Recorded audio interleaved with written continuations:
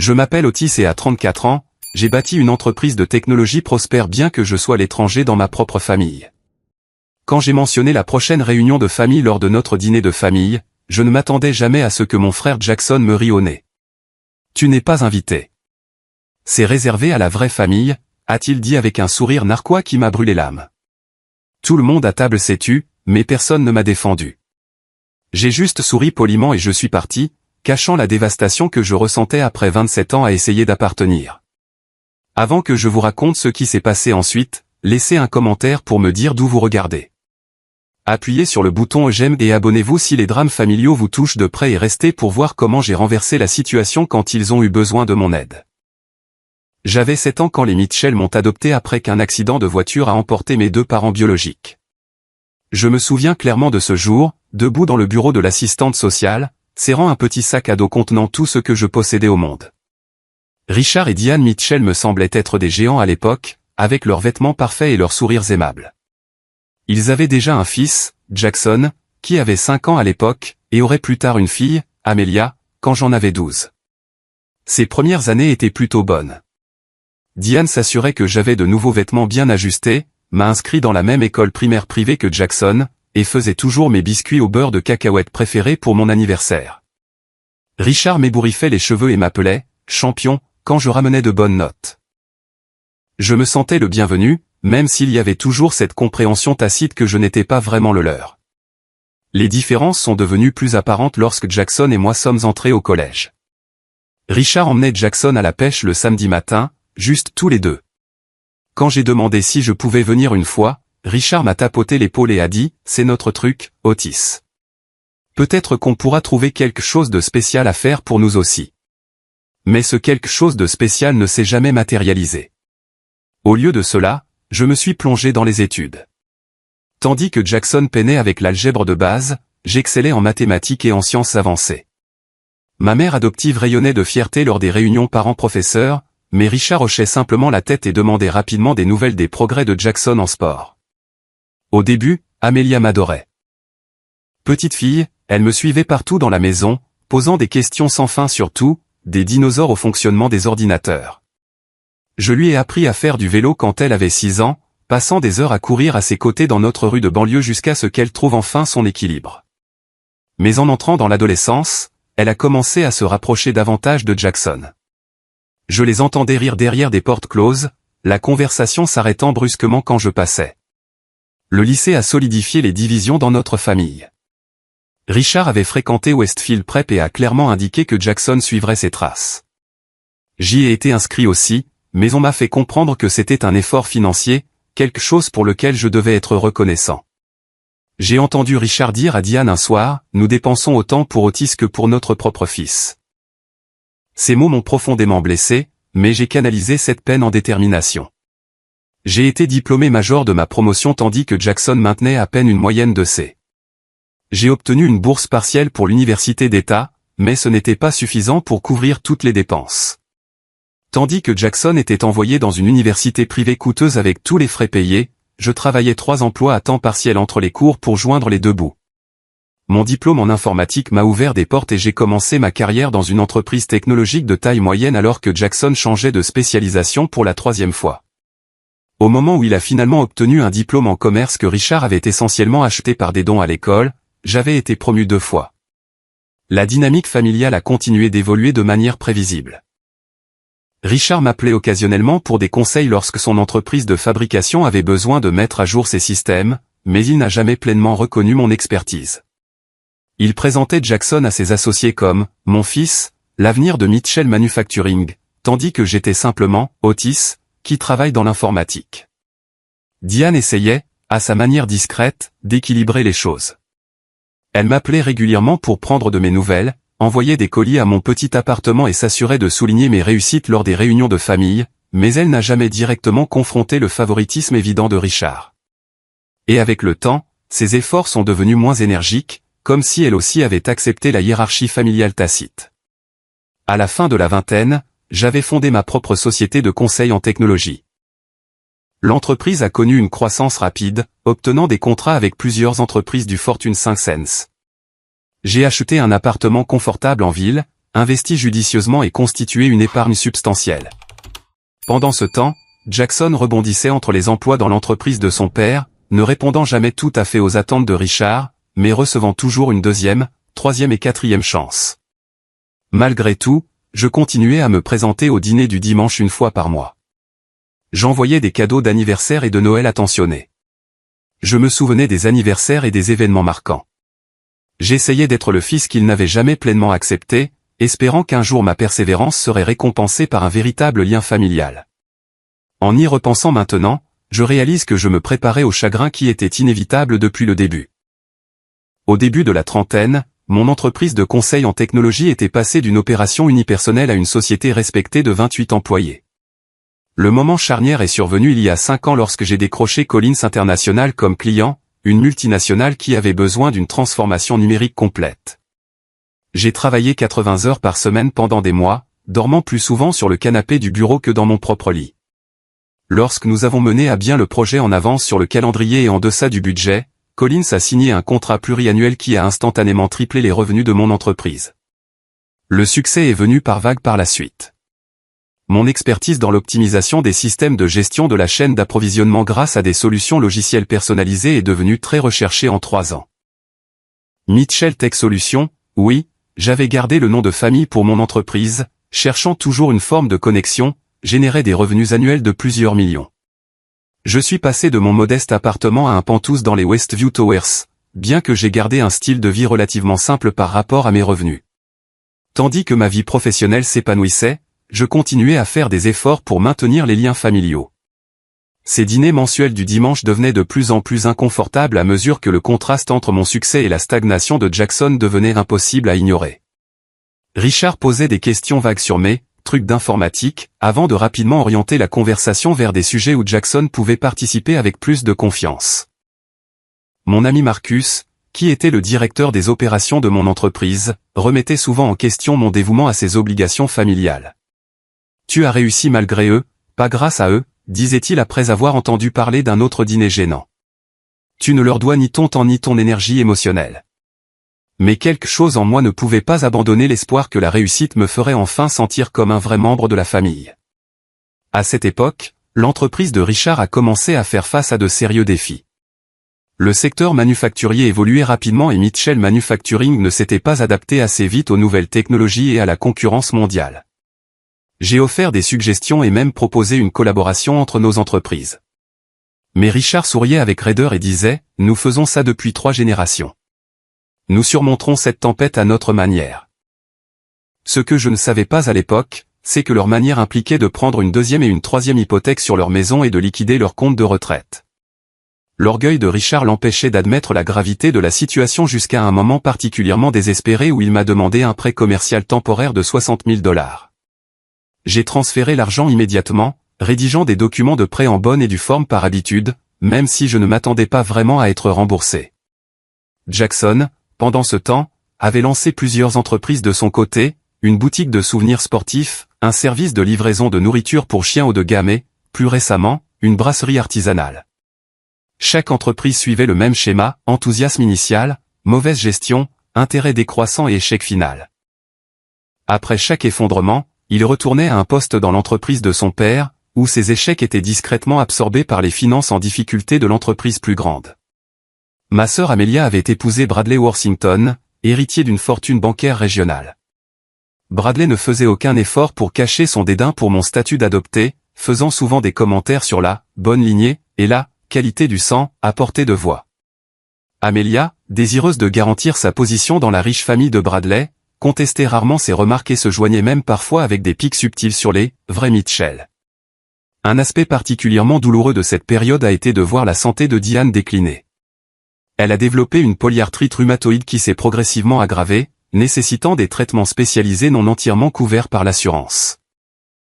Quand je l'ai entendu dire à Richard qu'il pourrait avoir besoin de réduire ses médicaments en raison des coûts, j'ai arrangé anonymement avec son médecin de couvrir toutes ses dépenses médicales. Pendant 3 ans, j'ai payé $1 500 par mois pour ces traitements, sans jamais dire à personne dans la famille que j'étais la source de cette aide financière mystérieuse.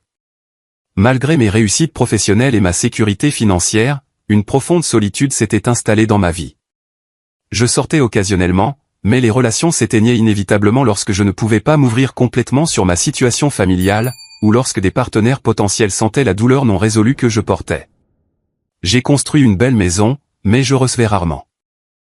Je pouvais me permettre des vacances de luxe, mais je voyageais généralement seul pour affaires, prolongeant mes voyages d'un jour ou deux pour voir les sites touristiques en solitaire. Marcus est resté mon ami le plus proche et mon confident, mais même lui ne connaissait pas toute l'étendue de mon soutien financier à la famille Mitchell. Outre les prêts directs et les paiements médicaux, il y avait d'innombrables petites dépenses, couvrir les frais de mariage d'Amelia lorsque la contribution de Richard était insuffisante, aider avec les impôts fonciers lorsqu'ils arrivaient de manière inattendue, payer une location de vacances en famille dont j'étais invariablement trop occupé pour profiter aux côtés de tout le monde. Dans les semaines précédant ce dîner fatidique, j'avais ressenti un rare sentiment d'optimisme quant à ma place dans la famille. Richard m'avait en fait appelé pour me demander conseil sur la possibilité d'informatiser certains aspects des opérations de son usine. Jackson avait été civil lors de nos dernières interactions. La réunion de famille annuelle approchait, un événement qui attirait généralement les Mitchell de tout le pays pour un week-end dans un complexe au bord d'un lac. J'y avais toujours assisté, couvrant généralement la moitié des dépenses discrètement par des paiements directs au lieu. Cette année marquerait les 30 ans depuis que les Mitchell m'avaient adopté, et quelque chose en moi espérait une reconnaissance, un signe qu'après tout ce temps, j'étais vraiment l'un des leurs. Comme je me trompais. La soirée a commencé comme n'importe quel autre dîner de famille mensuel. Je suis arrivé à la maison de la famille Mitchell, la même maison coloniale de 2 étages où j'avais passé mon enfance, à 18 heures précises, une bouteille du pinot noir préféré de Diane à la main. Richard a ouvert la porte avec son salut standard, une poignée de main ferme et une tape sur l'épaule qui ne s'est jamais tout à fait transformée en une véritable étreinte. La maison sentait le rôti de bœuf et les petits pains frais, le dîner dominical signature de Diane. Dans le salon, Jackson sirotait déjà une bière, faisant défiler son téléphone avec l'expression détachée qu'il portait chaque fois que j'étais là. Amelia et Bradley étaient assis sur le canapé, leur posture parfaite et assortie d'une manière qui semblait répéter. Otis, si contente de te voir, a appelé Diane depuis l'embrasure de la cuisine, s'essuyant les mains sur son tablier. Son sourire était sincère, bien que fatigué, les rides autour de ses yeux plus profondes qu'elle ne l'étaient il y a un mois. Je lui ai donné une douce étreinte, faisant attention à ses articulations douloureuses, et j'ai offert le vin. Tu n'aurais pas dû, a-t-elle dit, les mêmes mots qu'elle disait à chaque fois, bien que nous sachions tous les deux que le geste était attendu. La conversation du dîner a suivi son cours habituel, une petite conversation soigneusement chorégraphiée qui évitait tout échange significatif. Richard s'est plaint des nouvelles réglementations environnementales affectant son usine. Bradley a fait des commentaires sur le marché boursier délibérément simplifié, comme si je ne pouvais pas comprendre les questions financières malgré la direction d'une entreprise prospère. Amelia a détaillé les plans de son comité de charité pour un gala de collecte de fonds. J'ai remarqué que la tension dans la pièce semblait accrue, avec des regards étranges échangés entre Jackson et Richard, mais j'ai poursuivi ma stratégie habituelle d'engagement agréable. Lorsqu'il y a eu une accalmie dans la conversation, j'ai mentionné mes préparatifs pour la prochaine réunion de famille. J'ai bloqué toute cette semaine, ai-je dit, sincèrement excité. Je pensais venir au lac quelques jours plus tôt pour aller à la pêche avant que tout le monde n'arrive. Jackson, tu te souviens de ce bar monstrueux que tu as attrapé l'année dernière ? Je suis déterminé à battre ton record cette fois. Le silence qui a suivi mon commentaire a été immédiat et lourd. Jackson a regardé Richard, qui est soudainement devenu très intéressé par la découpe de son rôti. Puis Jackson a laissé échapper un rire sec qui a ressemblé à une gifle. Tu n'es pas invité, a-t-il dit, sa voix portant une cruauté que je n'avais pas entendue depuis notre adolescence. C'est pour la vraie famille, seulement cette fois. Les mots flottaient dans l'air comme de la fumée. J'ai regardé autour de la table, attendant que quelqu'un, n'importe qui, le contredise. Richard s'est raclé la gorge, mais n'a rien dit. Diane fixait son assiette, ses jointures blanches autour de sa fourchette. Amelia a échangé un regard avec Bradley, qui a à peine réprimé un sourire narquois. Je ne comprends pas, ai-je dit prudemment, ma voix stable malgré le tremblement de terre qui se produisait en moi. J'ai assisté à chaque réunion depuis 26 ans. Eh bien, les choses changent, a poursuivi Jackson, enhardi par l'absence d'opposition. Tante Margaret organise cette année et elle veut que ce soit intime. Tu sais, les parents de sang. C'est vraiment une question de place, a finalement offert Richard, évitant mon regard. Ne cherche pas à adoucir les choses, papa, est intervenue Amelia, sa voix portant le même ton suffisant qu'elle avait développé depuis son mariage avec Bradley. On en parle depuis des mois. La réunion devrait être pour les vrais Mitchell. Bradley a hoché la tête sagement. Les liens du sang sont plus forts que tout, après tout. Sans vouloir t'offenser, Otis. Mais l'offense était clairement intentionnelle, et la nature calculée de cette embuscade est devenue évidente. Ce n'était pas une décision spontanée. Ils en avaient discuté, l'avaient planifié, et avaient choisi de communiquer la nouvelle de cette manière publique et humiliante plutôt qu'en privé avec un semblant de compassion. J'ai senti quelque chose changer en moi, comme des plaques tectoniques grinçant les unes contre les autres avant une rupture catastrophique. Mais des années à naviguer sur le terrain émotionnel de cette famille m'avaient appris à masquer mes réactions.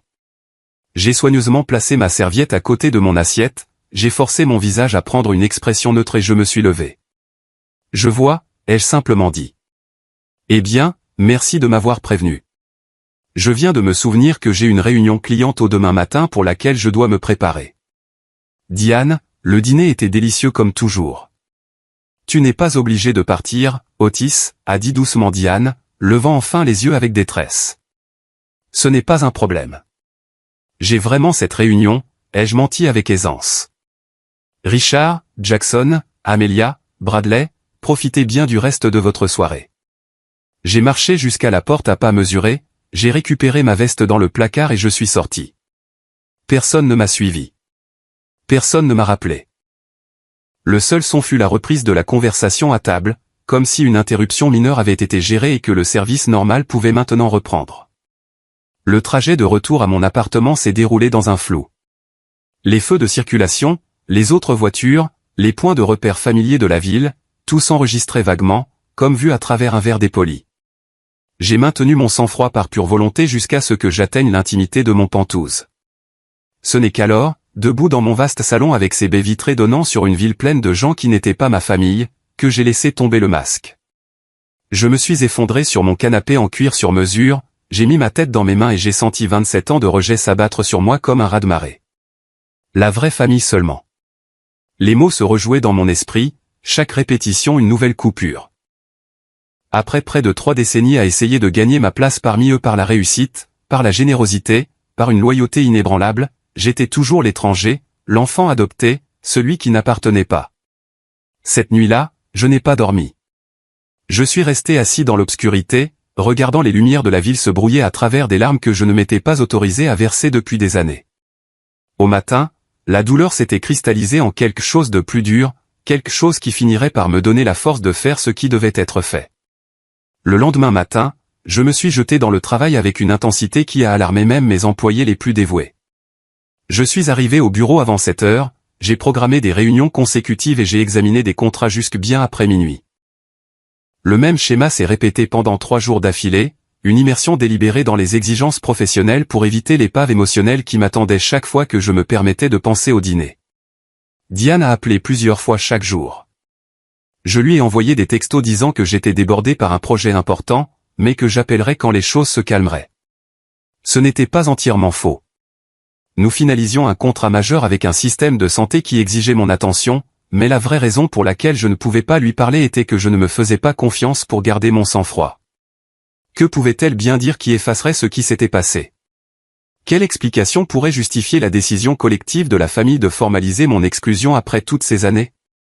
Le 4e jour, Marcus m'a acculé dans mon bureau bien après que tout le monde soit parti. « Tu as une sale gueule », a-t-il dit sans embâche, se laissant tomber dans le fauteuil en face de mon bureau. « Et tu agis comme un homme qui fuit quelque chose. » Que s'est-il passé? Je n'avais pas prévu de lui dire, mais une fois que j'ai commencé à parler, toute l'histoire a jailli, le dîner, l'annonce de Jackson, la complicité silencieuse de la famille, ma sortie digne suivie d'une dévastation privée. Marcus a écouté sans interrompre, son expression s'assombrissant à chaque nouveau détail. Quand j'ai fini, il s'est penché en avant, sa voix inhabituellement douce. « Otis, je t'ai vu te plier en 4 pour ces gens pendant des années. Tu as toléré leur manque de respect, ignoré leurs affronts et continué à te présenter avec rien d'autre que de la générosité. Et c'est ainsi qu'ils te remercient, en t'excluant explicitement d'un événement familial auquel tu as assisté toute ta vie. Il est temps de te défendre, mec. » À quoi bon? Ai-je demandé, la lassitude dans ma voix me surprenant moi-même. Ils ont clairement exprimé leurs sentiments. L'enjeu, c'est le respect de soi, a répondu Marcus. Et les limites. Tu as soutenu financièrement des gens qui n'ont même pas la décence de te traiter avec un respect élémentaire. Son commentaire sur le soutien financier a déclenché quelque chose dans ma mémoire. J'avais récemment organisé mes dossiers financiers personnels en préparation d'une réunion avec mon comptable. En ouvrant mon ordinateur portable, j'ai affiché le tableur où je suivais les prêts familiaux et autres aides. Ce que j'ai vu m'a choqué, même moi qui avais vécu chaque transaction individuelle. Listé en rangée nette se trouvaient toutes les fois où j'étais intervenu pour aider financièrement la famille Mitchell. Les prêts commerciaux de Jackson qui n'ont jamais été remboursés totalisaient 45 000 $ pour ces 3 entreprises ratées. Les virements mensuels aux spécialistes de Diane, 1500 $ chaque mois pendant 3 ans, s'élevaient à 54 000 $. Le sauvetage temporaire de l'entreprise de Richard l'année dernière, 60 000 $ sans $1 remboursé malgré l'accord signé promettant des paiements trimestriels. La contribution au mariage d'Amelia, 25 000 $ que Richard m'avait demandé de fournir lorsque son entreprise connaissait un problème de trésorerie temporaire. L'hypothèque de la maison du lac que je payais pour moitié malgré le fait que je l'utilisais peut-être un week-end par an, 72 000 $ sur 6 ans. Diverses petites dépenses, cadeaux de Noël, vacances en famille auxquelles j'assistais rarement, réparation de voitures d'urgence, impôts fonciers ont ajouté des dizaines de milliers de plus au total. En regardant la somme finale, une vague de colère a finalement percé la blessure qui dominait mes émotions depuis le dîner. Plus d'1/4 de million de $, ai-je dit doucement. C'est ce que je leur ai donné, Marcus. Et ils ne peuvent même pas m'inclure dans une réunion de famille. Mon Dieu, Otis, je savais que tu les aidais, mais ça. Marcus s'est interrompu, regardant l'écran avec incrédulité. Comme par hasard, mon téléphone a vibré avec une notification. C'était une alerte bancaire pour une nouvelle demande de virement de Richard Mitchell de 2800 $. Le message joint disait « Besoin de couvrir certaines dépenses de la réunion de famille. On te remboursera le mois prochain. Merci. » L'audace était à couper le souffle. Non seulement il m'avait explicitement exclu de l'événement, mais Richard me demandait maintenant de l'aider à le payer. En regardant cette demande, quelque chose a finalement craqué en moi. Le bon fils, l'adopté reconnaissant, l'éternel étranger désespéré d'approbation, cette version de moi est morte à ce moment-là, remplacée par quelqu'un qui pouvait enfin voir la situation avec une clarté douloureuse. Fini, ai-je dit, ma voix stable et certaine. Marcus a levé les yeux du tableur. Fini quoi? Fini de financer leur vie pendant qu'ils me traitent comme si j'étais jetable. Fini de prétendre que nous sommes une famille quand c'est pratique pour leur compte en banque, mais pas quand il s'agit d'une véritable inclusion. Fini. J'ai pris mon téléphone et j'ai fait une capture d'écran de la demande de virement de Richard. Puis j'ai refusé la transaction et j'ai envoyé à Richard la capture d'écran avec un simple message, paiement refusé. Ça doit être cette politique de famille seulement. Puis j'ai éteint mon téléphone, fermé mon ordinateur portable, et pour la première fois depuis des jours, j'ai ressenti autre chose que de la douleur. Ce n'était pas tout à fait la paix, mais c'était quelque chose d'adjacent. La certitude apaisante qui vient lorsqu'on honore enfin sa propre valeur. Je ne m'attendais pas à une réponse immédiate à mon refus de la demande de fonds de Richard, mais mon téléphone a explosé de notifications quelques minutes après l'avoir rallumé le lendemain matin. 6 appels manqués de Richard. 4 de Jackson. 9 textos qui sont passés de la confusion à la colère, puis à des menaces à peine voilées de ruiner les relations familiales pour un malentendu. Le texto le plus révélateur venait de Richard, je ne sais pas à quel jeu tu joues, mais nous avons besoin de cet argent aujourd'hui. Margaret attend la compte pour le lieu de la réunion avant midi. Aucune excuse, aucune reconnaissance du lien entre mon exclusion et mon refus de financer la dite exclusion, juste de l'arrogance enveloppée dans l'urgence. Le message vocal de Jackson était moins retenu, c'est quoi ce bordel, Otis? Papa a dit que tu refusais d'aider pour la réunion après tout ce que cette famille a fait pour toi. Très mature. Règle ça ou il y aura des conséquences. Tout ce que cette famille a fait pour moi. La phrase résonnait dans mon esprit alors que je consultais à nouveau mes dossiers financiers. L'ironie était presque douloureuse. La contribution d'Amelia est venue par email. Un chef-d'œuvre de manipulation émotionnelle. Je suis déçu de toi, Otis. Maman est contrariée et tu sais que le stress n'est pas bon pour son état. Est-ce vraiment ainsi que tu veux remercier la famille qui t'a accueilli quand personne d'autre ne le voulait? Nous pouvons discuter de la situation de la réunion, but retenir un soutien financier et mesquin et cruel. Je n'ai répondu à aucun d'entre eux. Au lieu de cela, j'ai rencontré mon conseiller financier pour examiner tous les prêts en cours à la famille Mitchell et j'ai appelé mon avocat pour discuter de l'applicabilité des accords de prêt que Richard et Jackson avaient signés. En fin d'après-midi, Diane a finalement appelé. Contrairement aux autres, elle n'avait laissé qu'un seul message vocal me demandant de rappeler quand je serais prêt à parler. Sa voix avait été douce, teintée de ce qui semblait être un remords sincère. Après avoir pris une profonde inspiration, j'ai rappelé. Otis, a-t-elle répondu immédiatement. Merci d'avoir rappelé. J'étais si inquiète. Je vais bien, Diane, ai-je dit, gardant un ton neutre. Juste occupé par le travail. Richard m'a parlé du malentendu avec le virement d'argent. Ce n'était pas un malentendu. Je ne finance pas une réunion de famille dont j'ai été explicitement non invité. Un long silence a suivi. Je suis désolé de ce qui s'est passé au dîner. Les choses qui ont été dites étaient méchantes. Méchantes, ai-je répété. Essayée cruelle et exclusive après 27 ans passés au sein de cette famille. Et le pire, c'est que vous étiez tous assis là et avez laissé faire. Vous n'avez pas dit un mot pour ma défense. Sa voix s'est brisée. Je sais. J'aurais dû dire quelque chose. C'est juste que Richard et Jackson en discutaient depuis des semaines, et je pensais. Attends, ai-je interrompu. Tu étais au courant de cette décision à l'avance. Vous avez tous prévu de me tendre une embuscade au dîner. Un autre silence douloureux a confirmé ce que je soupçonnais déjà. Je n'étais pas d'accord avec eux, a-t-elle finalement dit. Mais tu sais comment est Richard quand il prend une décision, et avec la pression financière qu'il subit. Donc, c'est une question d'argent, ai-je dit platement. M'exclure est en quelque sorte motivé financièrement. Non, non, a-t-elle rapidement rétropédalé. Ce n'est pas ce que je voulais dire. Mais quelque chose dans sa voix m'a dit que j'étais tombé sur une vérité qu'elle n'avait pas l'intention de révéler. Les pièces se sont soudainement emboîtées. Les demandes financières croissantes de Richard. Le ressentiment de Jackson. Le moment de mon exclusion, juste au moment où les dépenses de la réunion devaient être couvertes. Diane, ai-je dit lentement. Je dois te poser une question, et j'ai besoin d'une réponse honnête. Richard comptait-il sur mes contributions à la famille? Les prêts, les paiements médicaux, tout ça, tout en décidant simultanément que je ne suis pas vraiment de la famille. Son hésitation m'a tout dit. C'est compliqué, Otis. Tu as été si généreux et nous en sommes reconnaissants, mais l'entreprise a des difficultés et avec mes factures médicales. Arrête, ai-je dit doucement. Arrête, c'est tout. Je soutiens financièrement cette famille depuis des années pendant que vous décidez tous que je ne suis pas vraiment l'un des vôtres. As-tu la moindre idée de ce que ça fait? Otis, s'il te plaît. Non, j'ai fini de supplier pour être accepté. J'ai fini de financer mon propre rejet. Après avoir terminé l'appel avec Diane, j'ai rédigé un email formel à Richard, Jackson, Amelia et Bradley.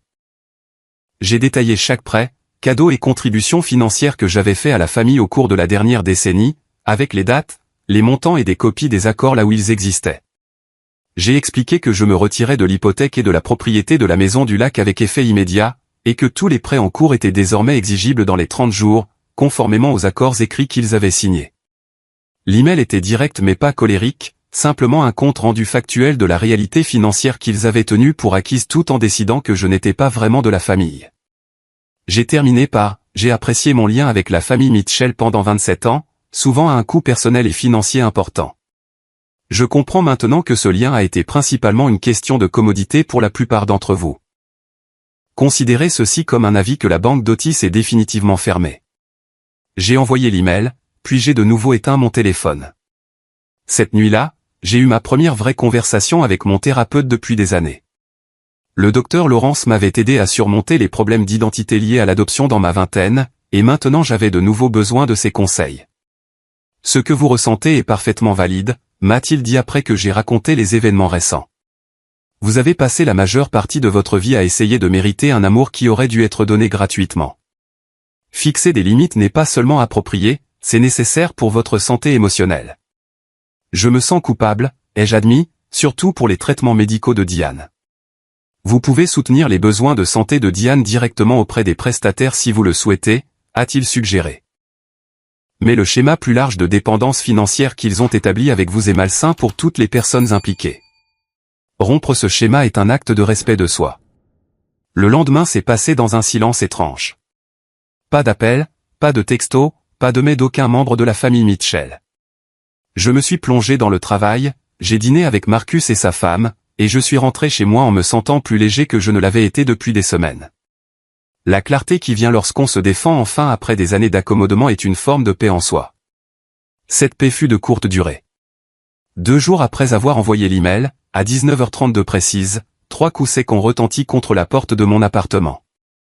Je n'attendais pas de visiteurs et l'immeuble avait un portier qui annonçait généralement les invités. L'arrivée inopinée était donc inhabituelle. Quand j'ai vérifié par le Judas, j'ai été surpris de voir Richard, Jackson et Bradley debout dans le couloir. Le visage de Richard était rouge de colère. Jackson faisait les 100 pas nerveusement, et Bradley se tenait légèrement à l'écart, son expression un mélange de dédain et de calcul.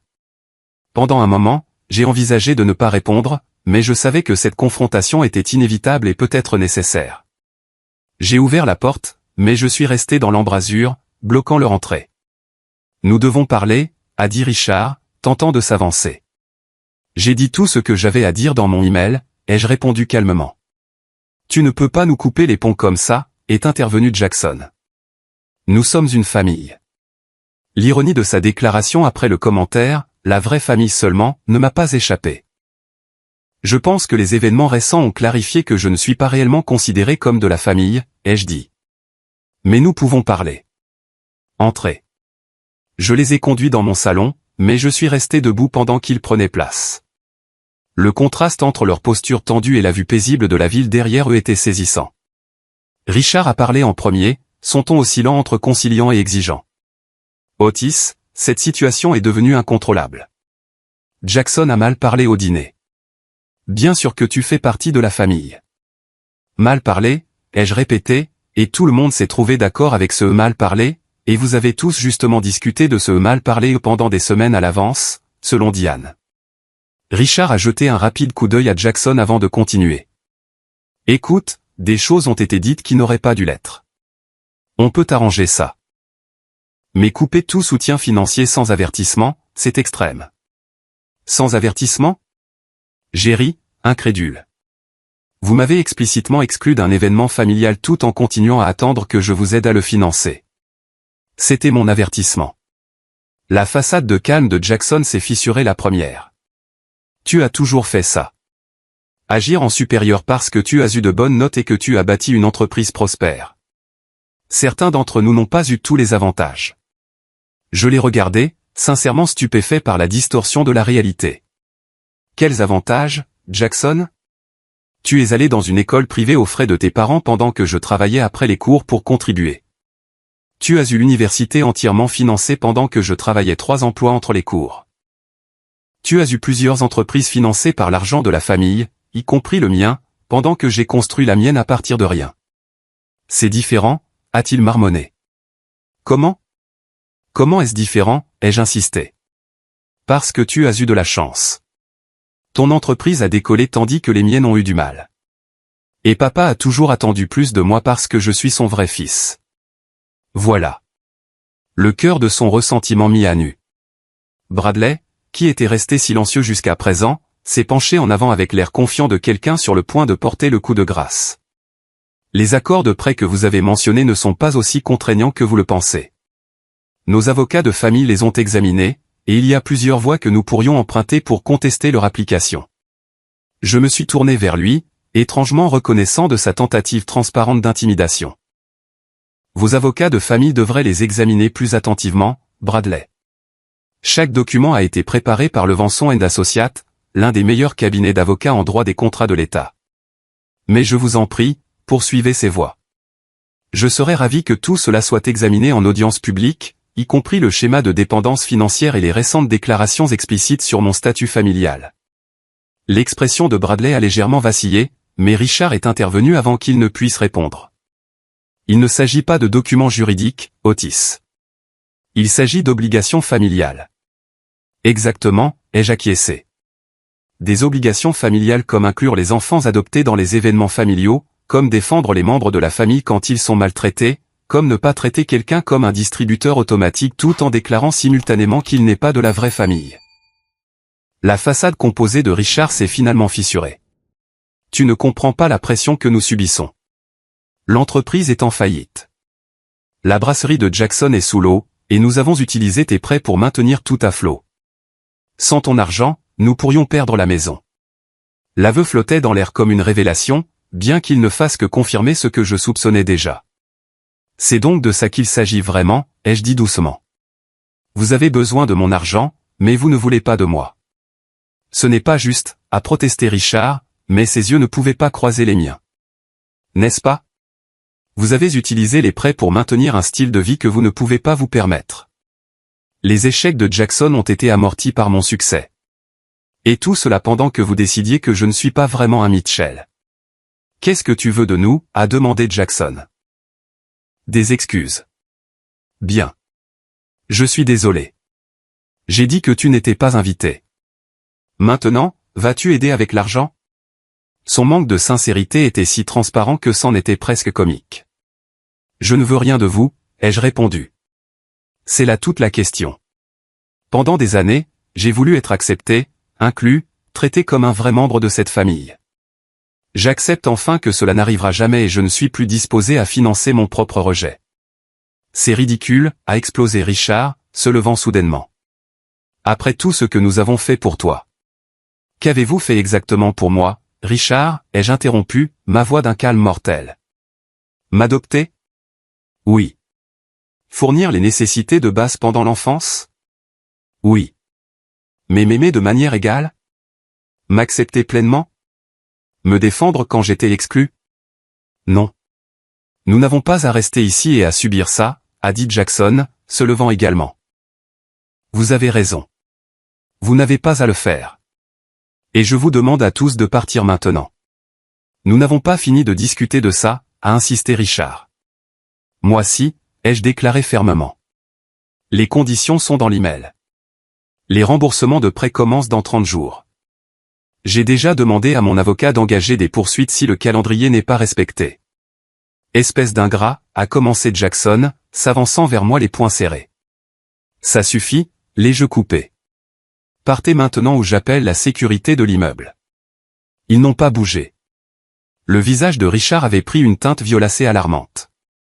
Jackson vibrait pratiquement de rage et Bradley envoyait rapidement des textos à quelqu'un sur son téléphone, probablement ses avocats de famille. J'ai pris mon téléphone et j'ai appelé le hall d'entrée. Edward, c'est Otis Mitchell au Penthouse Bay. J'ai 3 visiteurs qui refusent de partir. Pourriez-vous s'il vous plaît envoyer la sécurité? Merci. La menace d'une humiliation publique a finalement brisé leur détermination. Richard a pointé un doigt vers moi. Ce n'est pas fini, Otis. Les familles ont des désaccords, mais nous couper les vivre financièrement pour un seul commentaire est inadmissible. Ce n'était pas un seul commentaire, ai-je répondu alors qu'il se dirigeait à contre-cœur vers la porte. C'était 27 ans d'acceptation conditionnelle culminant en un rejet explicite. J'accepte simplement enfin ce que vous me montrez depuis le début. La sécurité est arrivée alors qu'ils partaient, les escortant jusqu'à l'ascenseur puis hors de l'immeuble. J'ai regardé par ma fenêtre alors qu'ils émergeaient dans la rue en bas, Richard gesticulant sauvagement alors qu'ils se dirigeaient vers leur voiture. Cette nuit-là, mon téléphone s'est illuminé de messages de membres de la famille élargie, cousins, tantes, oncles, tous exprimant leur déception face à mon abandon de Richard et Jackson dans leur moment de besoin. Il était clair qu'on leur avait donné une version très éditée des événements. Plusieurs messages mentionnaient ma jalousie envers Jackson et ma manipulation des finances de la famille. Après avoir lu des dizaines de ces messages, j'ai composé une seule réponse factuelle que j'ai envoyée à tout le monde. J'ai contribué à plus de 250 000 $ pour soutenir la famille Mitchell au cours de la dernière décennie. La semaine dernière, j'ai été explicitement non invité à la réunion de famille parce que je ne suis pas considéré comme de la vraie famille. J'aligne simplement mon soutien financier sur cette nouvelle compréhension de mon statut familial. J'ai joint la documentation des contributions majeures, les accords de prêt, les reçus de virement, les dossiers de paiement médical, et je l'ai envoyé à tout le monde. Puis j'ai éteint mon téléphone, je me suis versé un scotch et j'ai regardé les lumières de la ville en bas, me sentant étrangement libéré malgré la douleur.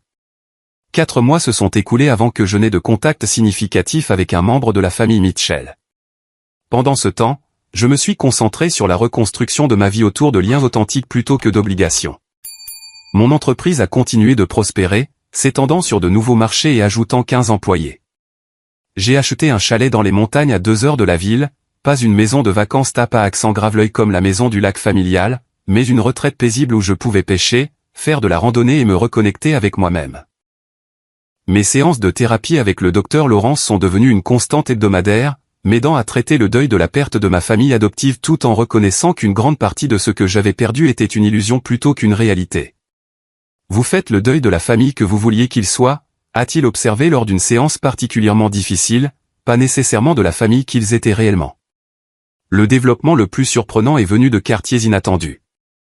Après mon email de masse à la famille Mitchell élargi avec la documentation de mon soutien financier, 3 cousins et une tante m'ont contacté séparément pour exprimer leur choc sur la façon dont j'avais été traité. La cousine Rachel, avec qui j'avais toujours aimé discuter lors des réunions de famille, m'a appelé pour me dire qu'elle n'avait aucune idée de mon exclusion de la réunion. Ce n'est pas ainsi que notre famille est censée traiter les gens, a-t-elle dit fermement.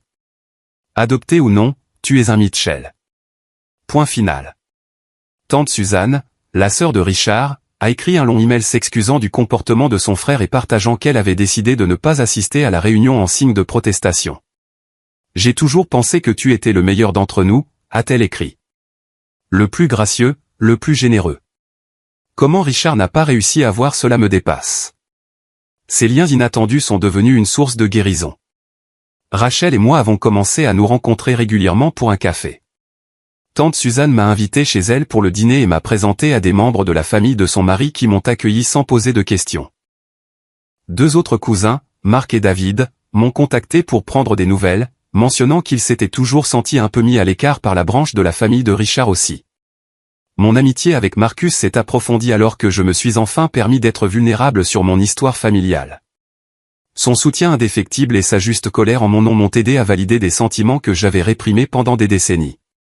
Grâce à la thérapie, j'ai également découvert un groupe de soutien pour les adoptés adultes naviguant dans des dynamiques familiales complexes. Le soulagement d'être parmi des personnes qui comprenaient intrinsèquement les défis uniques de l'adoption a été profond. Une membre du groupe, Nathalie, a particulièrement compris mon expérience d'acceptation conditionnelle. Nos expériences partagées ont mené à une amitié qui s'est progressivement transformée en quelque chose de plus. Quant à la famille Mitchell proprement dite, les conséquences de mon retrait financier se sont déroulées exactement comme Richard l'avait craint. Jackson a dû vendre son VUS de luxe pour couvrir les dettes de la brasserie. Richard et Diane ont quitté la maison familiale pour une plus petite maison dans un quartier moins prestigieux. La maison du lac familial a été vendue pour couvrir d'autres obligations. La réunion de famille s'est déroulée sans moi, bien que tante Suzanne ait rapporté qu'elle était peu fréquentée et quelque peu morose. Les accords de prêt étaient une autre affaire. Malgré les menaces d'action en justice de Bradley, aucune contestation ne s'est matérialisée. Au lieu de cela, Richard a effectué des paiements mensuels minimes qui couvraient à peine les intérêts. Jackson n'a effectué aucun paiement. Je n'ai pas poursuivi de recouvrement agressif. L'accord servait davantage de documentation de la vérité que de dettes que je m'attendais à récupérer. 3 mois après la confrontation, Diane a de nouveau pris contact. Son message était simple. Tu me manques. Je suis désolé. Pouvons-nous parler? Après en avoir discuté avec le docteur Laurence, j'ai accepté de la rencontrer pour un café dans un lieu neutre. Elle avait l'air plus âgée, plus fatiguée que dans mon souvenir, le stress des derniers mois évident dans de nouvelles rides autour de ses yeux. Je t'ai laissé tomber, a-t-elle dit sans préambule. J'aurais dû te défendre à ce dîner et 100 fois avant. J'ai laissé la personnalité plus forte de Richard l'emporter sur ce que je savais être juste, et je le regretterai pour le reste de ma vie. Ces excuses étaient les premières vraiment sincères que j'avais reçues de l'un d'entre eux. Nous avons parlé pendant plus de 2 heures. Elle a expliqué que l'entreprise de Richard était maintenant officiellement en procédure de faillite, que Jackson vivait dans leur chambre d'amis après que son bail d'appartement n'ait pas été renouvelé, et qu'Amelia et Bradley s'étaient éloignés lorsqu'il est devenu clair qu'il n'y aurait plus d'aide financière à venir. Je ne te dis pas ça pour que tu te sentes coupable, m'a-t-elle assuré. Tu as fait exactement ce que tu aurais dû faire. Je te le dis parce que je veux que tu saches que je vois clairement maintenant. Je vois comment nous, comment moi, avons tenu ta générosité pour acquise tout en te laissant être traité comme moins que de la famille. J'ai profondément honte. Je croyais que son remords était sincère. Après mûre réflexion, j'ai de nouveau pris des dispositions pour couvrir ses traitements médicaux directement auprès de ses prestataires, mais j'ai maintenu des limites fermes concernant toute autre aide financière. Nous avons commencé une reconstruction prudente de notre relation, un café toutes les quelques semaines, des appels téléphoniques occasionnels, mais j'ai clairement indiqué que mes limites avec Richard et Jackson restaient fermes. 6 mois après la confrontation, j'ai organisé ce que Nathalie a appelé en plaisantant une « réunion de famille authentique » dans mon chalet de montagne. Marcus et sa famille sont venus. Rachel et son mari nous ont rejoints. Tante Suzanne a fait sa fameuse tarte aux pommes. 3 amis de mon groupe de soutien pour l'adoption ont complété le rassemblement. Nous avons pêché, fait de la randonnée, joué à des jeux de société et partagé des repas sans le courant sous-jacent de tension qui avait caractérisé les événements de la famille Mitchell. À cette époque, j'ai également créé la Fondation Mitchell pour l'adoption, fournissant des ressources éducatives et de soutien émotionnel aux enfants adoptés et à leurs familles. La première initiative de la Fondation a financé des services de thérapie pour les adoptés naviguant dans des problèmes d'identité, quelque chose auquel j'aurais aimé avoir accès plus tôt dans ma vie. Richard a appelé une fois pendant cette période, son ton maladroitement conciliant, mais manquant toujours de véritable responsabilité. Nous devrions mettre cette histoire désagréable derrière nous, a-t-il suggéré. Les désaccords familiaux arrivent, mais le sang, je veux dire, la famille, c'est ce qui compte à la fin. Tu as raison, Richard, ai-je répondu. La famille est ce qui compte. La vraie famille, celle construite sur le respect mutuel, le soutien et l'amour, pas sur l'obligation et la commodité. Je suis en train de construire ce genre de famille maintenant. Il n'a pas rappelé. 1 an après l'incident du dîner qui a tout changé, j'étais assis sur la terrasse de mon chalet avec Nathalie à mes côtés, regardant le coucher de soleil peindre les montagnes d'orange et de rose brillants. Notre relation s'était développée de manière stable, construite sur une base de communication honnête et de compréhension partagée des complexités de l'adoption. Le regrettes-tu ? A-t-elle demandé, sa main chaude dans la mienne. D'avoir fixé ses limites avec ta famille adoptive. J'ai examiné la question attentivement. Je regrette que cela ait été nécessaire. Je regrette les années que j'ai passées à essayer de mériter un amour qui aurait dû être donné gratuitement. Mais me défendre, non, ça je ne le regrette pas du tout. La paix que j'ai trouvée depuis que j'ai établi ces limites a été transformatrice. J'ai appris que la famille n'est pas définie par le sang ou les documents légaux, mais par un amour et un respect constant. Parfois, la famille que nous nous créons est plus authentique que celle dans laquelle nous sommes nés ou adoptés. Si vous êtes aux prises avec des dynamiques familiales similaires, adoptées ou non, souvenez-vous que votre valeur n'est pas déterminée par la capacité des autres à la reconnaître. Fixer des limites n'est pas égoïste. C'est essentiel pour la santé émotionnelle. Et parfois, s'éloigner des relations toxiques est le début d'une véritable découverte de soi. Avez-vous déjà eu à fixer des limites difficiles avec des membres de votre famille ? Qu'est-ce qui vous a aidé à traverser ce processus ? Partagez vos expériences dans les commentaires ci-dessous. Et si cette histoire a résonné en vous, s'il vous plaît, aimez, abonnez-vous et partagez-la avec quelqu'un qui pourrait avoir besoin de l'entendre. Souvenez-vous, votre vraie famille est composée de personnes qui vous aiment sans condition ni exception. Merci d'avoir écouté mon histoire et je vous souhaite le courage d'honorer votre valeur dans toutes vos relations.